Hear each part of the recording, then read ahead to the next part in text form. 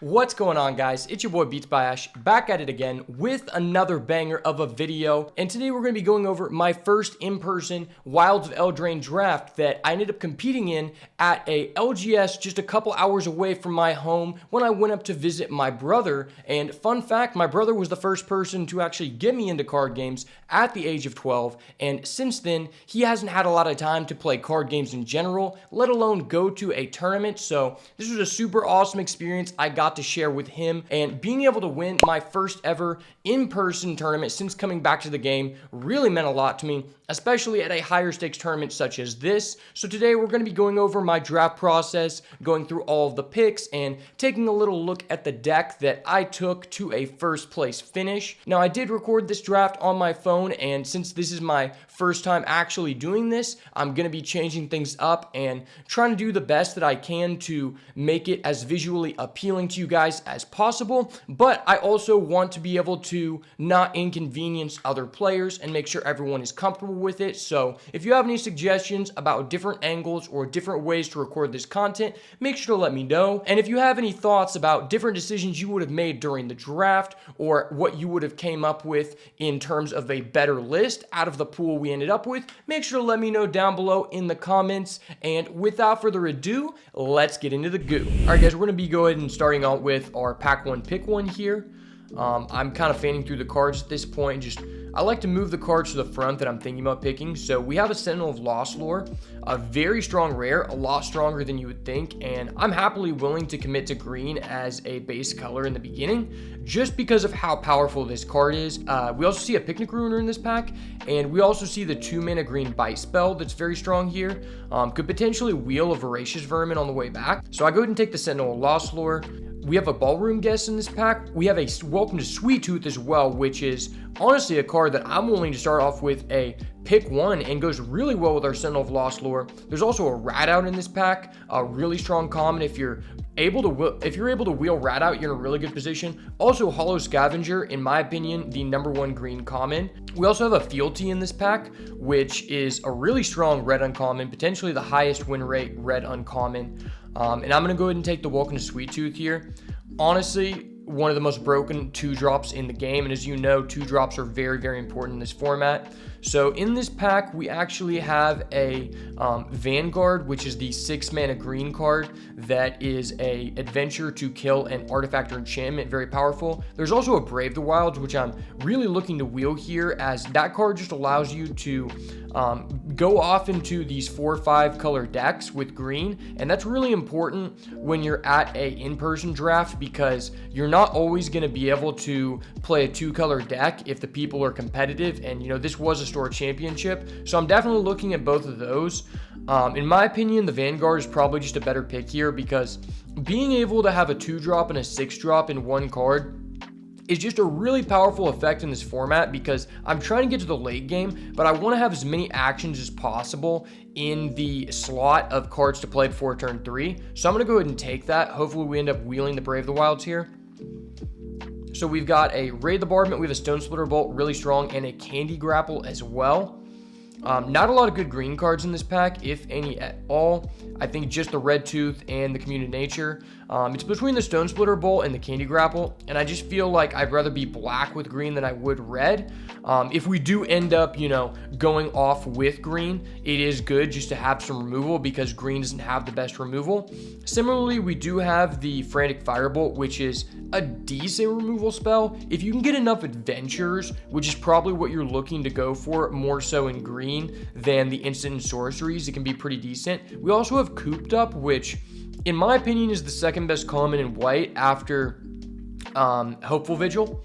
So we're going to go ahead and take the Cooped Up, just leaving us kind of open to see what's happening here. And we do see the Hollow Scavenger here, which is a really good sign that green is open. As I mentioned, Hollow Scavenger is the #1 green common as of this recording on 17 lands. We also see a Flip Coin, a really strong red card, and we do have a Frantic Firebolt, but I think here I'm just going to go ahead and take the Hollow Scavenger, as we're already pretty much leaning towards playing green if we don't get cut out in pack 2, and that's just a really versatile card that can go with any color that we pair it with. So in this pack here, we do see a Beanstalk Worm, which is a decent filler considering we already have one late game drop. It's a card that I'm decently happy to play with about 50% of the time in my green decks, and more likely to play at an in-person event considering, you know, I'm not going to be able to cherry pick all of my cards like on Arena. People that are just passing really powerful cards in Arena, you're less likely to play the Beanstalk Worm. But here in person, I would definitely value the Beanstalk Worm a little bit higher. As you can see, I was thinking about this Butcher here and the Prophetic Prism just in case someone cuts me out, and I ended up taking the Prophetic Prism since we've got a couple different lanes to go down here. It kind of just leaves us as open as possible, even though the Beanstalk Worm might be a little bit better depending on how this draft goes. But we do see an Edgewall pack in this particular pack, and Edgewall pack is a card that I'm definitely willing to play if we end up red-green. I would consider it a top 5 red common after all the removal spells. You know, anything that creates 2 bodies is really good with bargain. And in the next pack, we end up seeing a cut-in, which pretty much gives us a decent signal that red might be the direction we want to go with our current green cards, considering cut-in is a really good card in this red-green aggressive deck. And we've got a couple good early game green cards so far in the form of the Sentinel, the Hollow Scavenger, and the Welcome to Sweet Tooth. Cut-in goes really well with those, and I think cut-in has overperformed for me personally, just because going 2-3-4 in this set is just so powerful. And then in this pack, we do see the Ballroom Guest, which is kind of leaning us more down the Gruul aggro route other than anything. You know, there's a lot of blue in this pack, and I'm happy to play blue under normal circumstances, but I traditionally just don't like blue if I'm playing green. With all other colors, I think it is a really good option to go because as you can see in this instance, people aren't valuing the blue cards as high, but because green doesn't have the most removal options at low rarity, I would particularly rather play green with another color that has removal options. And considering our red has a cut-in and our black has a Candy Grapple and our white has a Cooped Up, we've got several options to go here. Even though blue is open, I feel comfortable, you know, just setting the blue cards aside for now. And we do end up wheeling that Brave the Wilds that I called at the beginning of this pack. Gotta love to see it. That card gives us a lot of options because right now we have a Prophetic Prism in this pack, and we also have a Brave the Wilds, which could potentially allow us to go into a 3-color deck at this point in the draft. That's what I was thinking. I go ahead and take the Bespoke Battle Garb. That's not like the best card to have in a Gruul aggro deck, but it is a decent filler considering we have cards like Welcome to Sweet Tooth and Hollow Scavenger, which allow us to make, you know, multiple bodies in one turn potentially. And I've actually been more impressed than not with this Bespoke Battle Garb, and it has a decent synergy with our Ballroom Guest, so it might actually end up making the deck here. So we do have a Neva Stalked by Nightmares. I believe that's how you say it. That card is pretty decent if you end up in black-green just as a splash, just because it gives you recursion without having to dedicate a slot to something like a back for seconds. And the Menace actually comes up quite a bit on that stat line. And then here we're actually just going to be past a late 3 Bowls of Porridge, a card that I was decently fine playing with in the beginning, but as the game went on, as the set progressed, I really just don't like that card. I think it's too slow. And we end up getting a Seasons of Growth instead of a basic land here, which is quite funny because that's a card that I actually tend to play in my red-green decks some of the time if we end up with something such as an Enchantress, you know, maybe something like an Elvish Archivist or a Tanglespan Lookout. That can be a decent inclusion if we have enough target effects. You know, Curse of the Werefox is a good one. Cut-In is a good one, which you already have. We're going to go ahead and head into pack 2 here. So at this point in the draft, now I'm going to be passed cards by my brother, who is a new drafter. So that's a pretty good sign for us, because things are going to be a little bit easier on this pack, as you will notice. So I go ahead and pull the Flick a Coin to the front here. Flick a Coin is a card that I'm definitely, you know, willing to pick up as a pack 1 pick one. I think it just allows you to go into a lot of different routes considering you're getting a treasure here.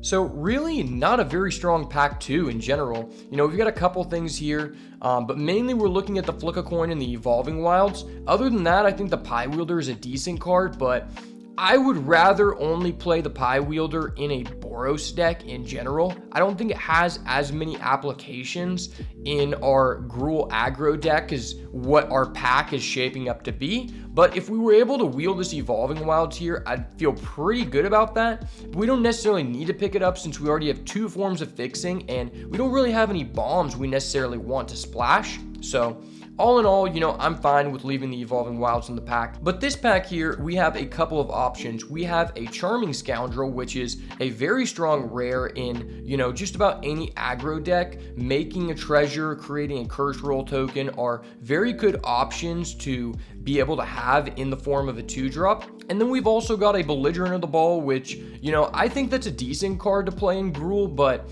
in general, you'd rather have it in Boros. And my strategy right now in this meta is to pick up 2-drops before 3-drops, because I think the 3-drop slot can get very, very clogged in this set if you pick them up early, since 3-drops are kind of a dime a dozen, but 2-drops are kind of hard to come by. So I think here we're just gonna go ahead and take the Charming Scoundrel. Other than that, not a lot going on for us in that pack. Okay, and we get past a pick 3 Torch the Tower, which is a really good signal that we want to be in red, and we're going to get rewarded here by picking up those red cards early in pack 2. There's also a Virtue of Courage, which, is a decent burn spell, but in general, Torch the Tower is just the best common in this set. Everybody knows that at this point in the meta. Other than that, there is another Brave the Wilds, and if we can wield that, we would be in an amazing position. We've also got the Red Cap Thief, which is a little bit less powerful than the Brave the Wilds, but in general, I'd be happy to get both of those back to me. And we're going to go ahead and take the Torch the Tower here because Torch OP. Just taking a second to review our deck, since my brother is a new drafter, so he's going to be a little bit slower since he has to read the cards for the very first time. But overall, our deck's looking to be in pretty good shape with our curve so far. All right, and in this pack, we have another Torch the Tower, which is a really strong signal that my brother is most likely not in red, and as well, probably the person that is next to him. Since we're getting this Torch the Tower pretty decently late in this pack, considering Torch is like a very strong pick 1. We'll also have a Sir Armont, which I wouldn't be dissatisfied to play, but Torch is just strictly a better card. Also, the 2-drop discard spell is not a bad option either, but I'm feeling really good in this draft considering we already have a Ballroom Guest, a Charming Scoundrel, and as well 2 Torch the Towers in the form of our 2-drops. It's looking pretty strong so far, and as well that Welcome to Sweet Tooth. So overall, this is a pretty strong Gruul deck. For my seat in the draft, it looks like the currently best decision to have made. I probably don't feel bad about not switching over to blue in pack 1, just the way that these packs have turned out. Moving on, we've got a Dragon Mantle, which is a decent filler, and we've also got a Mary Barge, which is a card that I actually kind of undervalued at the beginning of the set. I think it has a lot of utility, being one of those cards where I said you don't want to fill up the 3-drop slot early, and getting that late, you do not feel dissatisfied at all, because if you haven't filled up your 3-drop slot, well, now you're also filling up your 4-drop slot because you would prefer to play that card on turn 4, and it just allows us to more heavily prioritize those 2-drops and 1-mana cards in the early portions of this draft. So far so good. We are looking at a really strong Gruul aggro deck. Ooh, and we get past the Balloona Grand Squall, a really, really fun card. If we had a reason to be in blue, I would definitely pick that up because we've got a couple adventures, but the Ratcatcher Trainee immediately catches my eyes, and as well the Curse of the Werefox. At this point, I kind of just wanted to go through and see how much removal I have, because Curse of the Werefox is a decent card, especially in the Gruul deck. I think that is probably, the best home for it, because you have a lot of higher power creatures in this style of aggressive deck. But I think that the Ratcatcher Trainee is just too powerful, being able to fill up the 2-drop and 3-drop slot respectively. It just adds too much utility for our deck going forward, allowing us to, make up for a lack of 3-drops so far. And I lied. I guess I end up picking up the Curse the Werefox here. I think in hindsight, that was a misstep. I think I probably should have just taken the Ratcatcher Trainee, like I said, we already have a decent amount of removal, but you know, it's kind of difficult to think about in the moment. And then we just get past a very late Utopia Sprawl, something that you're always happy to see. I mean, in all honesty, I'm willing to pick up a Utopia Sprawl, you know, pick 2, pick 3, maybe even pick 1 if the pack is really medium. This pack, we don't really have a lot going on. Kind of looking at the Crystal Grotto here because our deck really doesn't need to splash, and in a deck where you don't need to splash, Crystal Grotto is just kind of a free scry. And we're gonna go ahead and take the Crystal Grotto here. I think we've got about 1 more pack before we get our original pack back to us, or maybe this was our original pack, but a Spider Food is a good pickup in a traditional draft nonetheless. I found that to be one of the best sideboard cards in general. And now we're going to see a Johann Stopgap and as well a Candy Trail. Johann Stopgap is a really good card to be seeing late if you're in blue, but unfortunately we did not make that decision, so we're going to pick up a Candy Trail, which is a decent filler if you don't have 23 playables. I always feel like Candy Trail is like your 24th card. We've got a Moment of Valor here, which is probably the best card in this pack other than Neva, and we're unlikely to play either of these at this point in the draft, but we'll just take another Neva just because we have really good fixing. You know, maybe we have a reason to tap into black, but we end up getting past that late Witch's Mark, which I commented on earlier in the pack, which is a really good sign to see.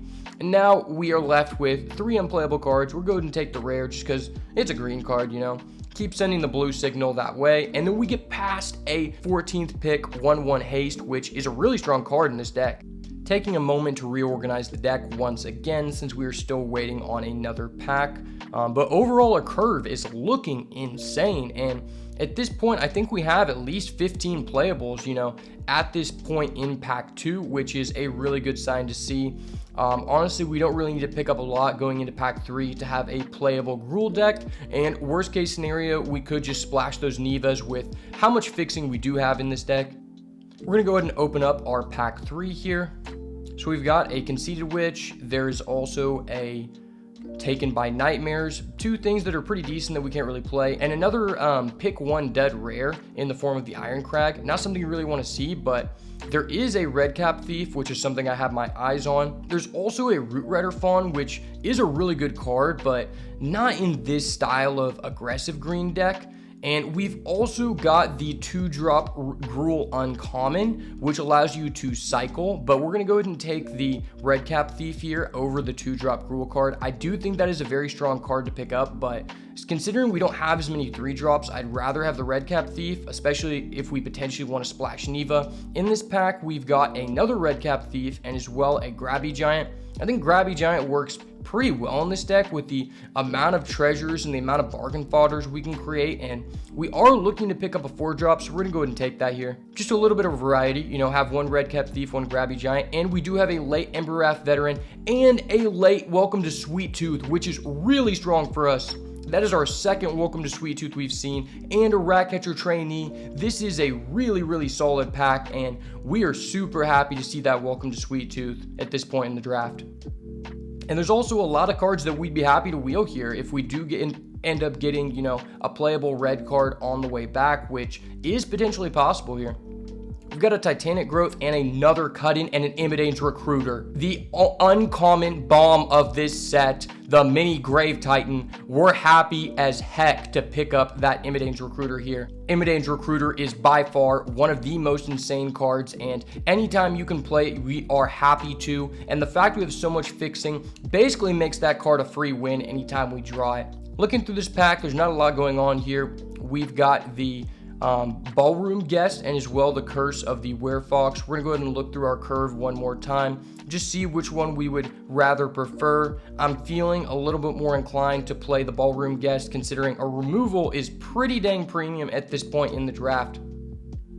And we're going to go ahead and take the Ballroom Guest here, just because we already have so much removal, and we don't really need another 3-drop at this point. Considering it's a Curse of the Werefox is definitely something that I'm not sad to let go. Probably one of the lesser removal spells you could have. There's a Rat Out in this pack, a Sweet Tooth Witch, which are both pretty good. And we've got the 2-drop Troublemaker Oath, which is a pretty good pickup here because we've got a lot of bargain fodder.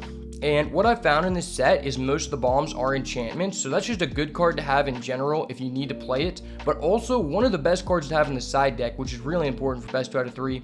And we've got another Prophetic Prism in this pack. Not a lot going on here, so I'm just going to take the Prophetic Prism.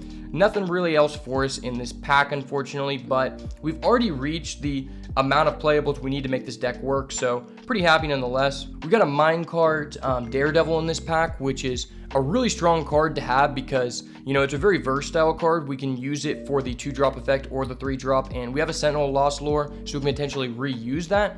Probably a little bit better in our deck than others just because we are playing Gruul, which I do think is the preferred home. And here in this pack, we don't really need anything, but there is a Skewer Spitter, which I found to be a pretty decent card if you're going into the aggro v aggro matchup. It's a little bit better in our deck because we have a decent amount of ways to make rolls, and putting a young hero on the Skewer Spitter is actually like pretty strong, especially with 1 toughness being so prevalent in this set.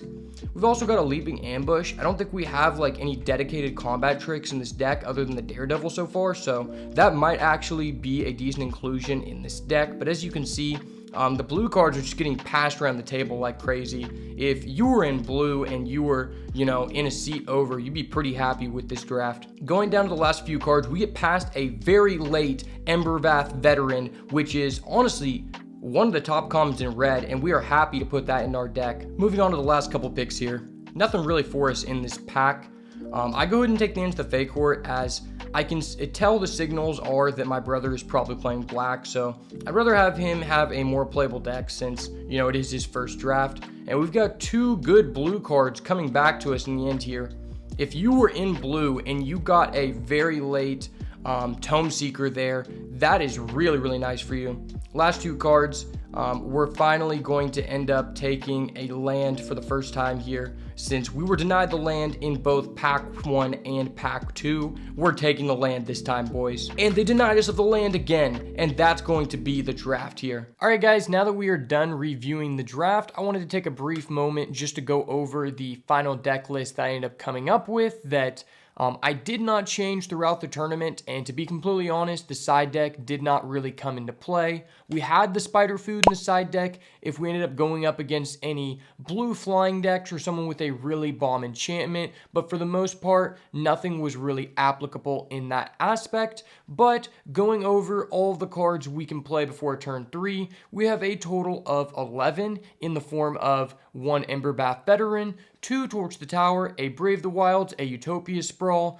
2 Grand Ball Guest, 1 Troublemaker Oath, 1 Charming Scoundrel, which came in very, very clutch, and of course the 2 Welcome to Sweet Tooth. We had 8 total 3-drops in the form of the 1 Curse the Werefox, 1 Flick a Coin, 1 Merry Bards, 1 Redcap Thief, 1 Minecart Daredevil, a Hollow Scavenger, Sentinel of Lost Lore, and of course the Imidane's Recruiter. And to round off the curve, we had 3 cards in the 4-drop slot in the form of Grabby Giant, Edgewall Pack, and Cut In. And last but certainly not least, we have 1 Stormkeld Vanguard. Now, I will say that I ended up playing 8 Forest and 8 Mountains, but if you really wanted to, you definitely could change up this mana base. I just wanted to play 8 and 8 because I wanted to have the 1 Plains for our Imidane's Recruiter, since we do have a Brave the Wilds. Brave the Wilds and Utopia Sprawl kind of let us get away with having 1 less land, so if you wanted to go to 16, I could totally see that as a possibility. And we do have more red cards than green, so that's why I could see you play, you know, 1 more mountain than a forest. But for me personally, I want to be able to access that Utopia Sprawl, that Brave the Wilds, those 2 Welcome to Sweet Tooth at the beginning of the game. And so that's why I wanted to go with the 8-8 split, because the reality is if we're able to access those fixing cards in the early game, we're going to be able to make up for having 1 less potential mountain, even though our card pool probably can justify an additional mountain. All in all, I really like this deck list. I probably wouldn't change anything. Ultimately, it was a little bit dissatisfying that we didn't get any other cards other than the Stormkeld Vanguard for our top end. And the guy to my right, he ended up having 3 Hamlet Glutton and a Realm Scorcher Hellkite, so that's probably the reason why. But all in all, I ended up going undefeated with this list, and I think it did a pretty good job. I think realistically, our removal really just carried us through this run, and also the Imidanged Recruiter, being able to reuse that with the Sentinel of Lost Lore actually came up, and that was really, really insane. I think this deck's a lot better on the play than the draw. But pretty much if you go against anyone who is playing a more aggressive or mid-range strategy, you're probably going to be able to just go right over them and, take control of the game early and just keep getting in damage with the vast amount of removal we have. And a lot of our cards, even though they're lower end, they allow us to generate more resources than some of the more costly cards. So all in all, I think the deck was amazing. And, the results justify what happened. If you think you would do anything differently in terms of building the deck, or I maybe missed a pick that you would have taken, make sure to let me know down below in the comments, and as well any potential improvements you have for this video series, because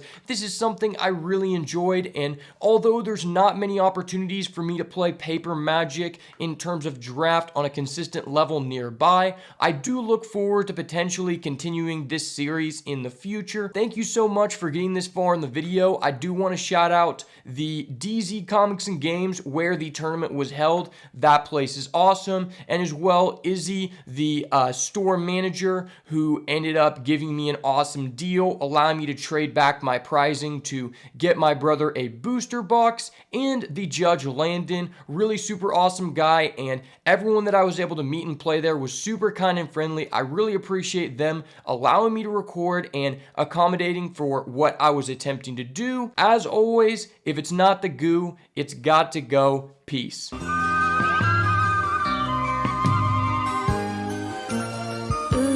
is that indigo?